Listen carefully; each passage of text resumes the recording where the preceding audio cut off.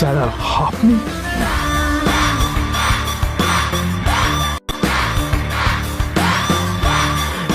Extremely sorry sir. Sir sir আপনি একটা inform করেননি কেন আমাকে?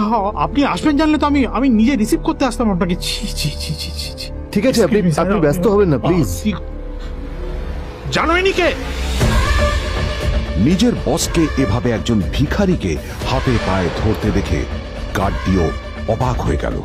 আরে sir sorry sir, extremely sorry. আপনি আমার সঙ্গে আসুন। সরি স্যার, সরি, ভুল হয়ে গেছে স্যার। সালাম স্যার।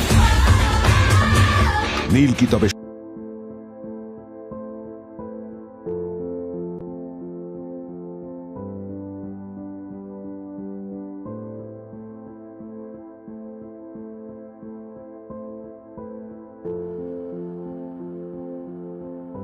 আদ্রিতার চোখে নীল ছিল নিছকই একজন চাকর। সে সারাদিন আদ্রিতার ভাই ফরমাস খেটেও ওকে সন্তুষ্ট করতে পারত না।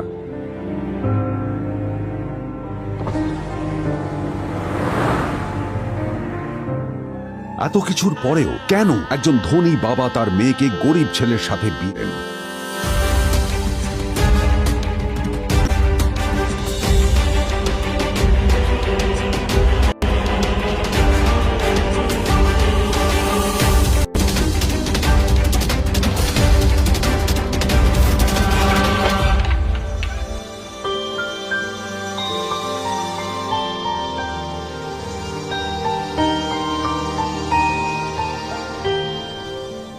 এবং তারপরে সেই মেয়েটি তার গরিব স্বামীর কাছ থেকে নতুন বছরে এমন একটা গিফট পেয়েছিল যে তার চক্ষু স্থির হওয়ার জোগাড় হয়েছিল। আর ওর স্বামী সম্পর্কে সত্যিটা জানার পর তো ও প্রায় অজ্ঞান হয়ে গিয়েছিল।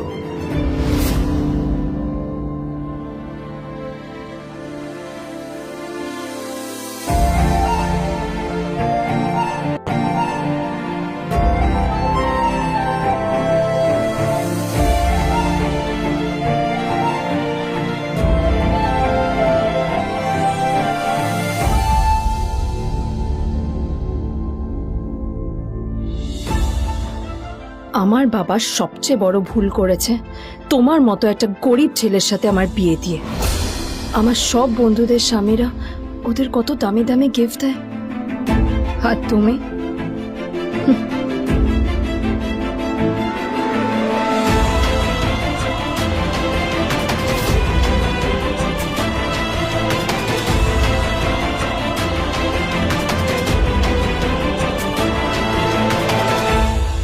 আদ্রিতা তার বাবার কথায় নীলকে বিয়ে তো করেছিল, কিন্তু ও শর্ত দিয়েছিল যেন বাড়ির বাইরের কেউ না জানতে পারে যে নীল ওর স্বামী।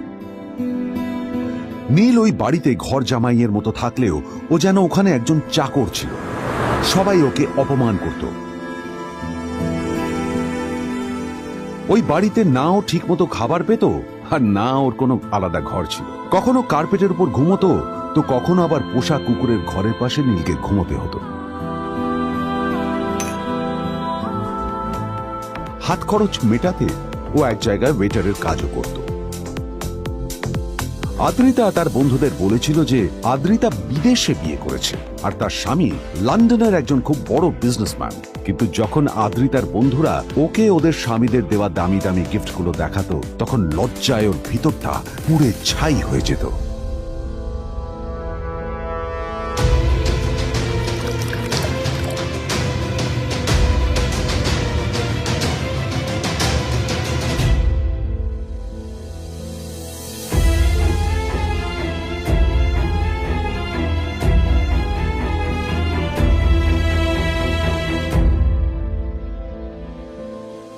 এই যে শোনো, নিউ ইয়ারে আমার একটা গিফট চাই তোমার থেকে। আর গিফটটা যেন দামি হয়, হ্যাঁ, মানে খুব দামি, কয়েক লাখ টাকা। ওকে? কয়েক লাখ টাকা? কিন্তু অদ্রিতা, এত টাকা আমি একসাথে কখনো দেখিনি। তোমাকে এত দামি গিফট আমি কি করে দেব? এটা তো তোমার বিয়ে করার আগে ভাবা উচিত ছিল। একজন পুরুষ মানুষ হয়ে নিজের স্ত্রীর এইটুকু ইচ্ছা তুমি পূরণ করতে পারবে না? স্ত্রীর এই কথাগুলো নীলকে আহত করে। নিঃশব্দে ওখান থেকে চলে যায় নীল।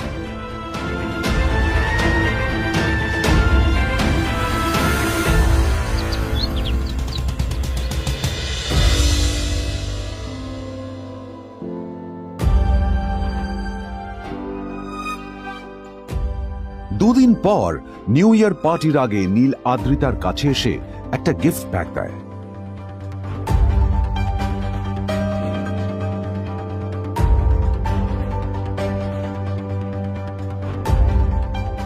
আদ্রিতা মুখ বেজার করে বাক্সটা খুলল, তবে তারপর বাক্সের ভেতরে গিফটটা দেখতেই ও চমকে গেল।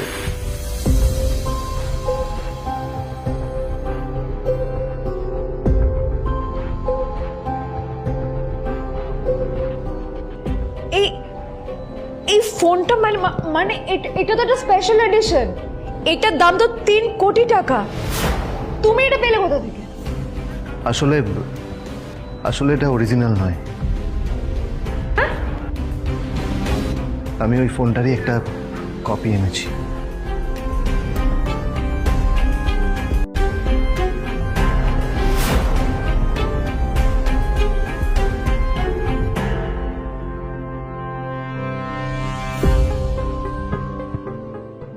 কিন্তু আদ্রিতার নীলের কথা একটু সন্দেহ হয়, কারণ ফোনটা দেখে একেবারেই আসল বলেই মনে হচ্ছিল।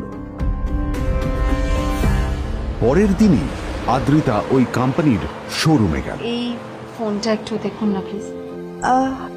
ওয়াও, আচ্ছা ম্যাম, আপনি কি মিস্টার রয় চৌধুরীর বন্ধু? কে মিস্টার রয় চৌধুরী? ও আপনি কি ওই রয় চৌধুরী গ্রুপ অফ ইন্ডাস্ট্রিজের মালিকের কথা বলছেন? হ্যাঁ। না না, আমি ওনাকে চিনি না। আমি কেন, আমার মনে হয় কেউই ওনাকে চেনে না। বড় বড় মানুষেরাই ওনা দেখা পান না। আমিও কোনোদিন ওনাকে দেখিনি, কিন্তু সাডেনলি আপনি এই প্রশ্নটা করলেন কেন? অ্যাকচুয়ালি ম্যাম, আপনার হাতের এই ফোনটা আসলে এটা ফোনের স্পেশাল এডিশন। এই কাটিং, এই ডিজাইন, এই লোগো, এটা জাল করা ইজ নেক্সট টু ইম্পসিবল। আর গোটা ভারতে বিক্রি হওয়া এই ফোনের সেকেন্ড পিস এটা, যেটা মিস্টার রয় চৌধুরী কিনেছিলেন। সেজন্য জিজ্ঞেস করছি ম্যাম, আপনি এই ফোনটা কোথা থেকে পেলেন? তবে কি নীলই মিস্টার রয় চৌধুরী, নাকি নীল এই ফোনটা চুরি করেছে? বেকার নীলের কাছেই কোটি টাকার ফোন কোথা থেকে এলো? নীলের সত্যিটা তাহলে কি? আর ও যদি সত্যি বড়লোক হয়ে থাকে, তবে ও নিজের শ্বশুর বাড়িতে খরচামাই হয়েই বা থাকে কেন? আদ্রিতা এসব কথাই মনে মনে ভাবছিল, তবে আদ্রিতার বিশ্বাস ছিল যে কোনো না কোনো মতলব করেই নীল এই ফোনটা আদ্রিতার জন্য নিয়ে এসেছিল। কিছুদিন পর আদ্রিতা সেই ফোনটার কথা ভুলে গেল। নীল সকাল সকাল ঘুরতে বেরিয়েছে বাইরে।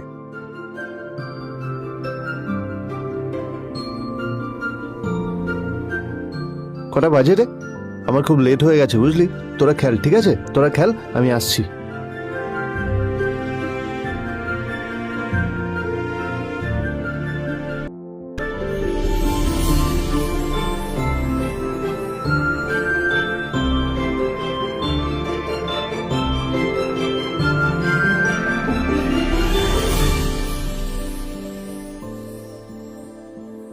নীল, জল পড়ছে না কেন দেখো না।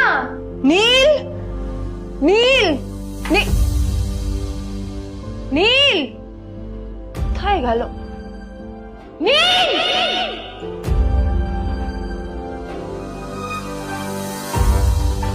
নীল, নীলকে ডাকছে কেন বলতো? ওইদিকে বাড়িতে আদ্রিতা আর চিত্রা আশ্চর্য হয়ে গেল যে নীল হঠাৎ কোথায় উধাও হয়ে গেল। মা তোমাকে কিছু বলে গেছে নীল? হ্যাঁ, কোথায় গেছে ও? না, আমি ওর কোনো খোঁজ খবর রাখি না। আমার একটা কথা মনে হচ্ছে, ওকে না এবার একটু শীতে করতে হবে। একটা কাজে যদি আসতো ছেলেটা, যখনই কোনো কাজের কথা বলি ভ্যানিশ হয়ে যায়। আমি ওকে বলেছিলাম আর&বি গোল্ডেন ডায়মন্ডস থেকে আমার সেটটা নিয়ে আসতে, আনেনি। আনেনি। আজকেও ভালো করে অফিসে নিয়ে যাব, ভ্যানিশ হয়ে গেল। কোথায় গেল কে জানে। আমার ভাগ্যে জুটেছে এরকম একটা ছেলে। দিদি, তুমি কেন বিয়েটা দিয়েছিলে আমাকে? এটা আবার কি বলছিস? আমার কি দোষ? দেখ, ওই অসভ্য ছেলেটার সাথে বিয়ে দিতে চাইনি। যা করেছে তোর বাবা করেছে, এটা আমার কোনো দোষ।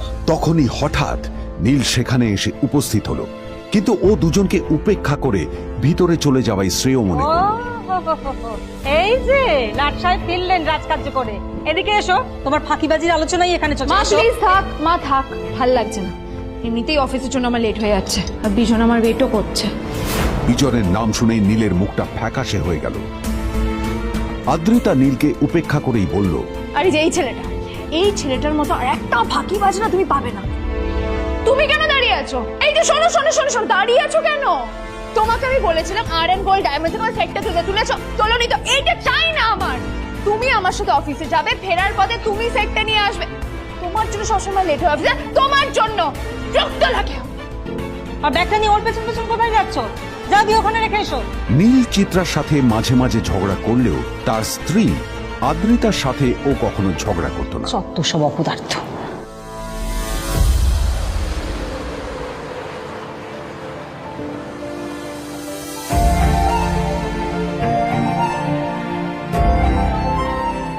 কিছুক্ষণের মধ্যেই তারা আদ্রিতার অফিসে পৌঁছে গেল। আদ্রিতা গাড়ি থেকে নামতে নামতে দেখলো যে তার কাছে অনেকগুলো ফাইল আছে। নীলের দিকে তাকিয়ে ওকেই ফাইলগুলো নিয়ে ভেতরে আসতে বলল। চলো, হাঁ করে দাঁড়িয়ে আছো কেন? ফাইলগুলো নিয়ে ভেতরে এসো।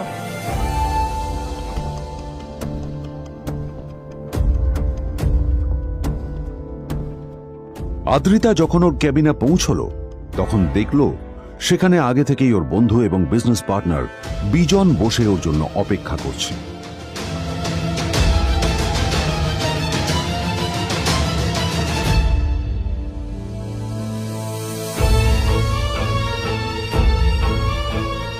কোথায় ছিলে বলো? আমি 1 ঘন্টা ধরে তোমার জন্য এখানে ওয়েট করছি। এই লোকটার কি কোনো কাজকর্ম নেই? 1 ঘন্টা ধরে বসে আমার স্ত্রী আদ্রিতার জন্য অপেক্ষা করছে। সরি বিজন, আমি খুবই দুঃখিত যে বাড়ির কিছু লোকের জন্য না আমার সবসময় লেট হয়ে যায়। আদ্রিতার কথা শোনার পর বিজনের 1 ঘন্টা অপেক্ষা করার অভিযোগ 1 মুহূর্তের মধ্যে মিলিয়ে গিয়েছিল। কি হলো, হাসছো কেন? লটারি পেলে নাকি? লটারি? হ্যাঁ, তুমি আসা মানে আমার কাছে লটারির থেকেও বেশি দাম। তবে তার থেকে কিঞ্চিত কম দামি একটা গিফট আমি তোমার জন্য এনেছি।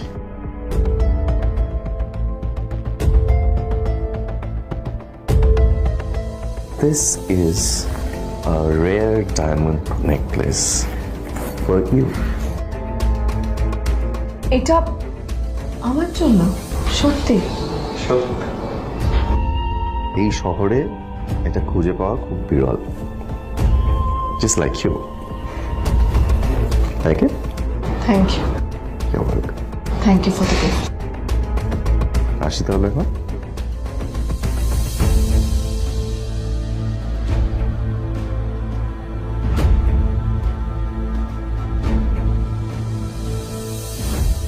আদ্রিতা, আমি আজ পর্যন্ত তোমাকে কোনো রকম উপদেশ দিইনি, কিন্তু আজ আমি তোমাকে বলতে বাধ্য হচ্ছি।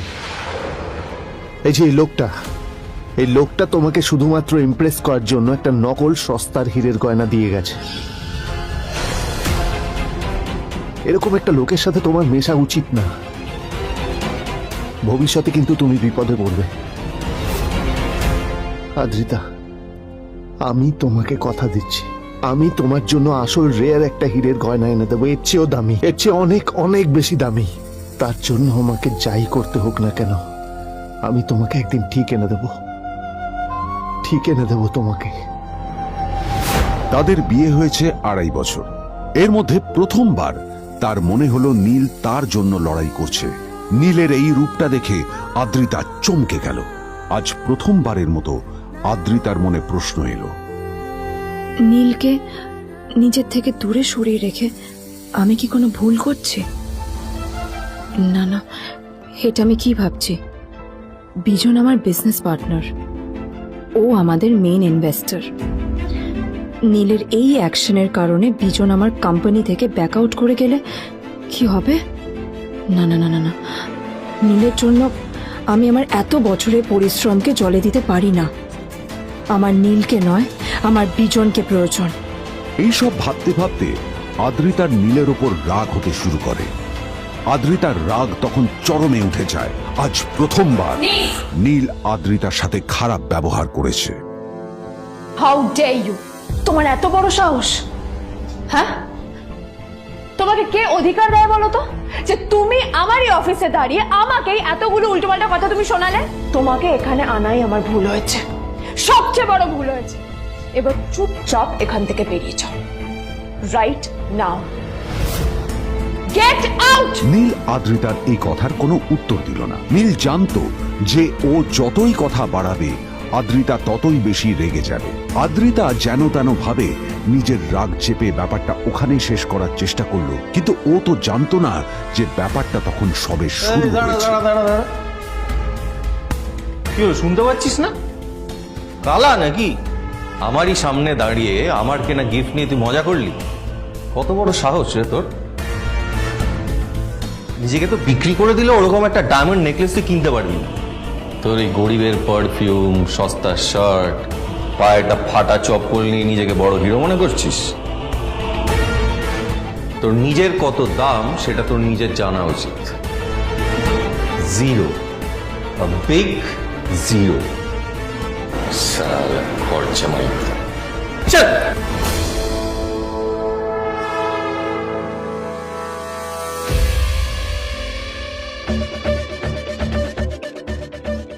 নীল তখনও ঝামেলা করার মেজাজ ছিল না, কিন্তু যখন কেউ অন্যের নীরবতা সুযোগ নিতে শুরু করে তখন কথা বলাটা প্রয়োজন। নীল আঙুল তুলে পেছনের দিকে ইশারা করে। প্রথম কথা, ওই যে ওখানে দাঁড়িয়ে আছে, ও আমার স্ত্রী।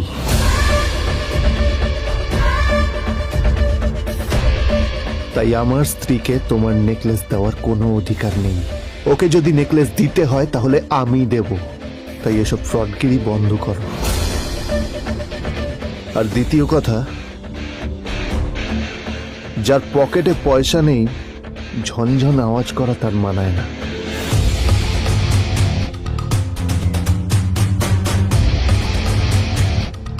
নীল বিজনকে তার সোয়াগ দেখিয়ে বেরিয়ে গেল।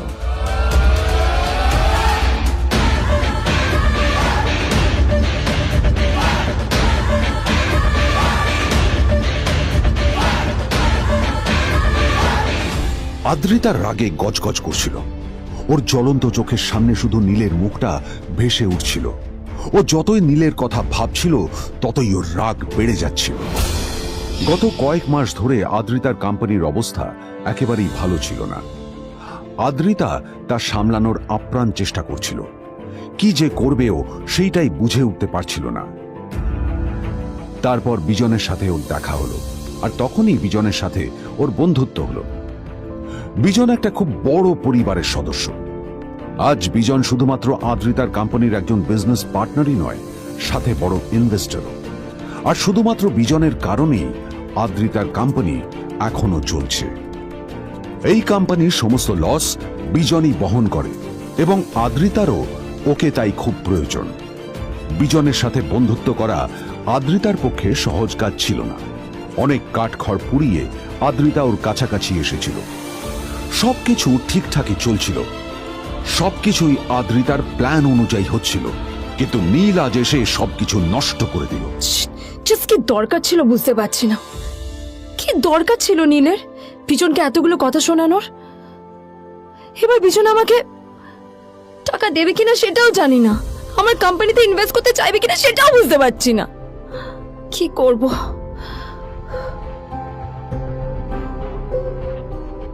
এখন আদ্রিতা ওকে কিভাবে বোঝাবে? ভুল করে যদি বিজন ওর টাকা ফেরত চায় তবে আদ্রিতার কোম্পানি সেন কর্পোরেশন খুব বড় সমস্যায় পড়ে যাবে। তারপর কি হবে? সেন পরিবারের দেখভাল কে করবে? এইসব ভাবতে ভাবতে আদ্রিতা নিজের উপরেও রেগে গেল।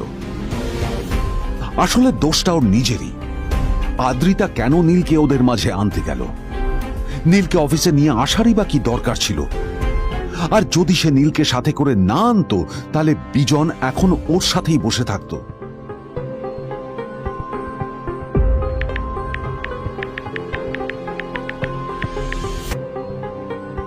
প্যামেলা, আমি মিটিংয়ে বেরোবো, আমার চেঞ্জটা একটু নিয়ে এসো প্লিজ। Thank you. আর অন্যদিকে সেন কর্পোরেশনের অফিস থেকে বেরিয়ে নীলের খুব ফুরফুরে লাগছিল। তখনই হঠাৎ ওর ফোনটা বেজে উঠল। ফোনটা ছিল মিস্টার রায় চৌধুরীর। তিনি ছিলেন শহরের সব থেকে বড় বিজনেসম্যান। হ্যাঁ মিস্টার রায়চৌধুরী, আমি আপনাকেই ফোন করতে যাচ্ছিলাম। আমি একজন বিশেষ লোক লোকের সাথে তোমার একটা মিটিং ফিক্স করেছি। ওর অ্যাড্রেস আমি তোমাকে টেক্সট করে দিয়েছি। আমি চাই তুমি ওই লোকটার সাথে মিট করো। ঠিক আছে, আমি যে কোনো কারোর সাথে দেখা করতে পারি, কিন্তু তার জন্য আপনাকে আমার দুটো শর্ত মানতে হবে। প্রথমটা, আমার জন্য একটা রেয়ার হীরের নেকলেস আপনাকে জোগাড় করে আনতে হবে। আর দ্বিতীয়টা, আমি আপনাকে টেক্সট করছি, এটাও কিন্তু একই রকম জরুরি। এই দুটো কাজ আপনাকে যত তাড়াতাড়ি সম্ভব করে ফেলতে হবে আমার জন্য, ঠিক আছে? তোমার অ্যাকাউন্টে কিছু টাকা পাঠিয়েছি, কিছু জামা কাপড় কেনো, যাতে তুমি ভদ্র সমাজে আসার যোগ্য হও, আর তোমাকে আমি স্বামীর পরিচয় দিতে লজ্জা না পাই। তোমার কারণে আমার পরিবার লজ্জা পাবে, আমি সেটা চাই না। যখনই দেখি তখনই তুমি ভিখিরির মতো ছেঁড়া ফাটা জামা কাপড় পরে থাকো। আসলে আদ্রিতার বাড়িতে আজ ফ্যামিলি ডিনার পার্টি ছিল, আর শেষবার নীলের জন্য ওকে অনেক ঝামেলা পোহাতে হয়েছিল। মেসেজ পড়ে নীল ফোনটা নিজের পকেটে রেখে রাস্তার ধারে গিয়ে একটা ট্যাক্সি থামানোর জন্য হাত বাড়িয়ে দিল। নীল ট্যাক্সি ধরে গোল্ডেন সিটি অ্যাভিনিউর দিকে বেরিয়ে পড়ল। গোল্ডেন সিটি অ্যাভিনিউ শুধু কলকাতারই নয়, এটা ছিল সারা পশ্চিমবঙ্গের সবচেয়ে বিলাসবহুল সোসাইটিগুলোর মধ্যে একটা। আসলে এই সেই জায়গা যেখানে মিস্টার রায়চৌধুরী আজ তার জন্য গোপন মিটিং ফিক্স করেছিলেন। কিন্তু নীল কার সাথে দেখা করতে যাচ্ছে এ সম্পর্কে ওর কোনো ধারণাই ছিল না। যখন নীল সেখানে পৌঁছলো, পুলভিলার বাগানে বসে থাকা লোকটিকে দেখে রাগে নীলের রক্ত ফুটতে শুরু করলো। নীল ওখানে না দাঁড়িয়ে বেরিয়ে গেল। তখনই হঠাৎ একটা মেসেজ এলো। আসলে আজ আদ্রিতার ফ্যামিলি গ্যাদারিং এ যাওয়ার আগে নীলকে ওর হাই স্কুলের রিইউনিয়নেও যেতে হতো। গ্র্যাজুয়েশনের পর এত বছরে এই প্রথম নীল তার কোনো কলেজ বা স্কুলের রিইউনিয়নে যাচ্ছে। এতগুলো বছরে নীল তার কোনো বন্ধুর সাথেই দেখা করেনি। নীলের তার পুরনো সহপাঠীদের কথা মনে পড়তে লাগলো, যাদের সাথে ও স্কুলে মজা করত। আজ আবার ওদের সকলের সাথে নীলের দেখা হবে।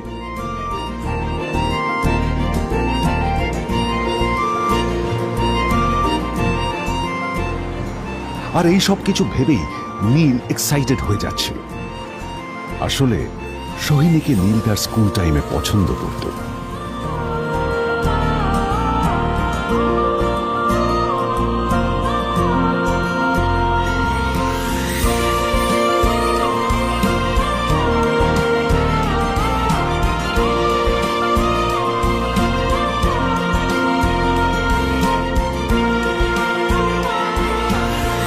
অন্যদিকে সেম কর্পোরেশনে ইনভেস্টরদের সঙ্গে আদ্রিতার মিটিং একেবারেই ভালো যায়নি।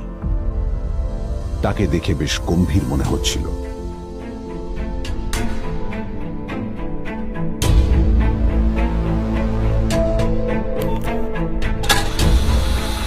ভাই, পৃথিবীতে এমন লোকও আছে, কি দিমাগ দেখলি? হ্যাঁ, কাজকর্ম তো কিছু করার নেই, আর কিছু করেও না। হ্যাঁ, শুধু চলে এসছে আমাদের ম্যাডামকে রাখাতে। এই 1 বছরে না কিচ্ছু বদলায়নি। আরে আমি তো ভেবেছিলাম যে এর সাথে ম্যাডামের আর কোনো সম্পর্কই নেই, কিন্তু না, এখন যা দেখছি উল্টে ম্যাডামের মাথায় উঠে নাচছে। আমার মাঝে মাঝে মনে হয় এদের দুজনের বিয়ে কিভাবে হলো। আর বিয়ে তো অনেক পরের কথা, 2 বছর হয়ে গেল এদের এখনো ডিভোর্স হলো না। হ্যাঁ, আমার তো ভাবলে কিরকম অবাক যা লাগছে। বলেছিস।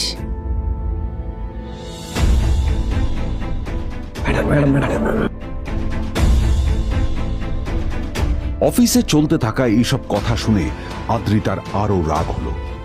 আদ্রিতা ক্যাবিনে যাওয়ার পরে রাগকে নিয়ন্ত্রণ করা ওর পক্ষে আরো কঠিন হয়ে গেল। ও তখন বুঝতেই পারছিল না যে ওর রাগ কিভাবে নিয়ন্ত্রণ করবে। আদ্রিতা এটাও ভাবছিল যে নীলের জন্য ওকে আর কত অপমানিত হতে হবে। এসব ভাবতে ভাবতেই আদ্রিতার চোখ গেল ওর বাবার ছবিটার দিকে।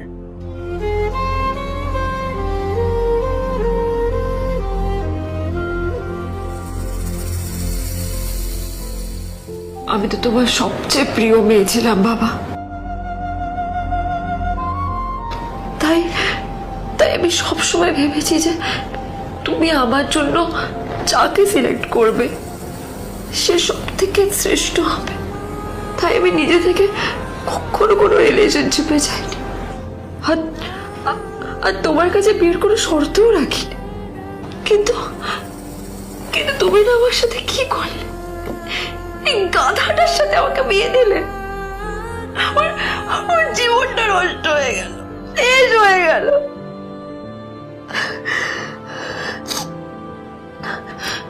আমি যদি একটু জানতাম যে ও ও কিছু করে না, ঘর চাপাই হয়ে থাকবে, এইসব কাজকর্ম করে, তাহলে আমি কোনোদিনই বিয়েতে রাজি হতাম না বাবা, কোনোদিন না, কোনোদিন।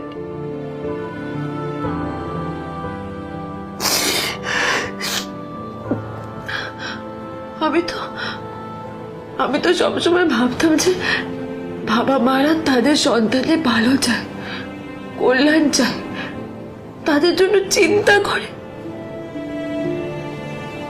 কিন্তু কিন্তু বাবা, তুমি আমার জন্য একটু চিন্তা করোনি। তুমি শুধু তোমার শেষ কর্তব্যটুকু করতে চেয়েছিলে, শেষ ইচ্ছাটুকু রাখতে চেয়েছিলে, ব্যাস পালন করা হয়ে গেছে। আর আমাদের তুমি ছেড়ে চলে গেলে, তুমি আমাকে ছেড়ে চলে গেলে। অন্যদিকে নীল রিইউনিয়ন পার্টির জন্য হোটেল প্রাইম স্টারের দিকে রওনা হলো। হোটেল প্রাইম স্টার ছিল শহরের সবচেয়ে দামি হোটেল। ওখানে শহরের সব বড় লোকেরা যাতায়াত করত। নীল যখনই তার পুরনো বাইকটা নিয়ে ওখানে পৌঁছলো, ওর পুরনো জামা কাপড়, পুরনো বাইক আর ওর পায়ে ছেঁড়া চপ্পল দেখে সিকিউরিটি গার্ড ওকে গেটের বাইরেই আটকে দিল। থাম থাম, এই কোথায় যাচ্ছিস শালা ভিখিরি? না না দাদা, আপনি আমাকে ভুল বুঝছেন। আসলে আমাকে ইনভাইট করা হয়েছে, আমি এই হোটেলেই এসেছি। শালা মিথ্যে কথা বলার জায়গা পাস না? হ্যাঁ, মিথ্যে কথা বলার আগে নিজের চেহারাটা তো দেখতিস। এটা একটা প্রাইম হোটেল, বুঝেছিস? এখানে সব শহরের বড় বড় লোকেরা তাদের বড় বড় গাড়ি নিয়ে আসে। শালা তোর মতো একটা ভিখিরি একটা ফ্যাট প্যাটে আওয়াজ বের করা বাইক নিয়ে চলে এসেছিস, আর আমি তোকে ঢুকতে দেবো না দাদা, আমাকে ইনভাইট করা হয়েছে। আমাকে শুনুন শুনুন, আরে চল আমাকে একবার ঢুকতে দিন আমাকে। নীল পড়ে যেতেই একটা দামি গাড়ি ওখানে এসে দাঁড়ালো। এই গাড়িটি আর অন্য কারো নয়, হোটেল প্রাইমের মালিক মিস্টার খান্নার ছিল। কি হচ্ছে কি এটা? হোটেলের গেটের সামনে এসব এসব ক্যাশ চলছে এখানে। হোটেলের বদনাম হবে না এতে? স্যার দেখুন না, এই যে ভিখিরিটা হোটেলে ঢুকতে যাচ্ছে, আমি বারণ করছি, শুনছে না স্যার? শালা, আপনি কি করতে আছেন? কে কি হচ্ছে দেখি দেখি কে? মিস্টার খান্না তার চশমা খুলে নীলের দিকে দেখলেন, আর ওনার মুখটা হাঁ হয়ে গেল।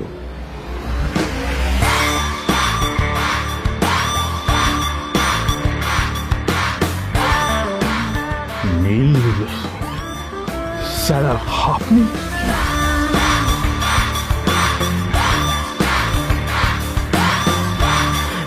Extremely sorry sir. Sir sir, আপনি একটা ইনফর্ম করেননি কেন আমাকে? আপনি আসবেন জানলে তো আমি নিজে রিসিভ করতে আসতাম আপনাকে। ছি ছি ছি ছি ছি ছি। ঠিক আছে, আপনি ব্যস্ত হবেন না প্লিজ। জানোইনি কে?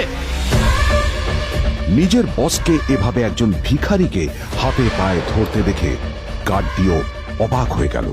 আরে sir, sorry sir, extremely sorry, আপনি আমার সঙ্গে আসুন। সরি স্যার, সরি, ভুল হয়ে গেছে স্যার। সালাম স্যার। নীল কি তবে সত্যিই একজন খুব